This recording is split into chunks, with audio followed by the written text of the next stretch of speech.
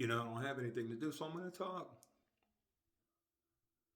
A lot of my friends ask me how I got involved with real estate. And so I want to tell you, I got in real estate by being a good guy. And then the universe just happened to reward me for being a good guy. I never intended to make that money. Hey, listen to what I'm saying.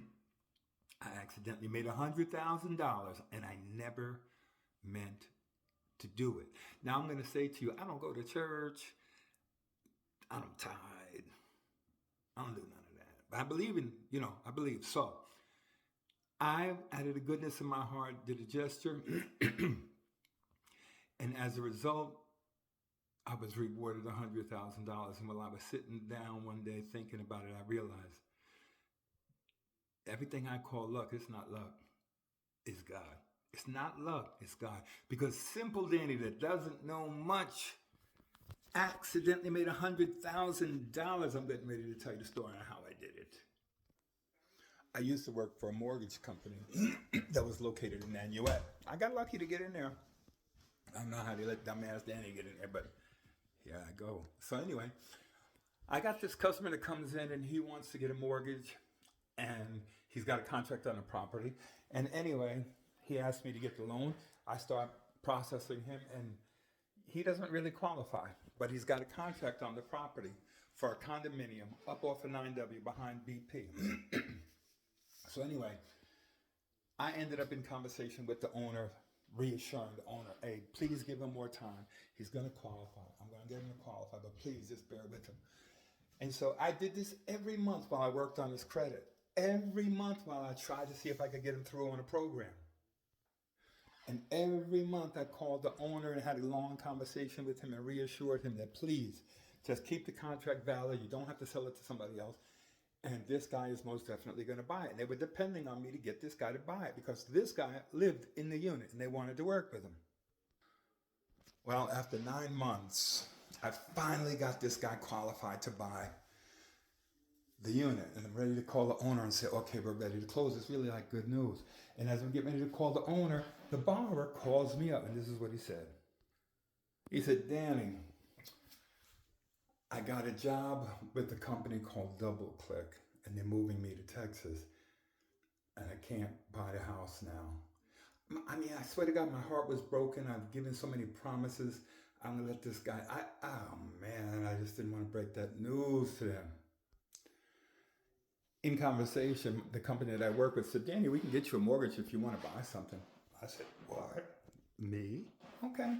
So I called the owner and said, hey, man, I feel so bad about the fact that the guys can't buy the house that I don't want to let you down. So if you'll agree to let me just close on his deal, I'll just buy it. And he said, really, Dan? I said, yeah. And I was kind of feeling good because somebody was going to give me a loan to get something. So he agreed and I said, okay, I'll do it. I gave my company my information, told them what I wanted to do. And they worked out the loan so that I could do it. And a week later, I'm at the closing. This guy had signed the contract over to me, and I'm buying a condo in Haverstraw. Hey, listen, I don't know nothing. I just said, all right, I'll buy it. And, I can make the payment on it and rent it. And I just was trying to be a good guy and close on this loan and get rid of his house in the way I had promised him for all these 9 months. So I come to the closing. And the seller who I had been speaking to for months is there in my company. And we sign all the documents and everything. And they hand me over the keys and like, I'm the proud owner of this condo. Like I'm saying, man, this is really? So anyway, as we get ready to leave the closing, he says, oh, Danny, this is the guy that sold me the house, the guy I was doing a loan for. Hey, do you mind if I see the appraisal? I said, no, I don't really care here. Now, he had it under contract for $125. But when he looked at the appraisal, I never looked at the appraisal. When he looked at the appraisal said the value was $225. Everything stopped. And when it comes to signing the documents and everything, there's an old biblical phrase called, too late. Anyway, so we all left. And at that time, that was 1999, I moved to Georgia and I asked the realtor to rent that property out for me. I had a payment of like $1,200 or something like that.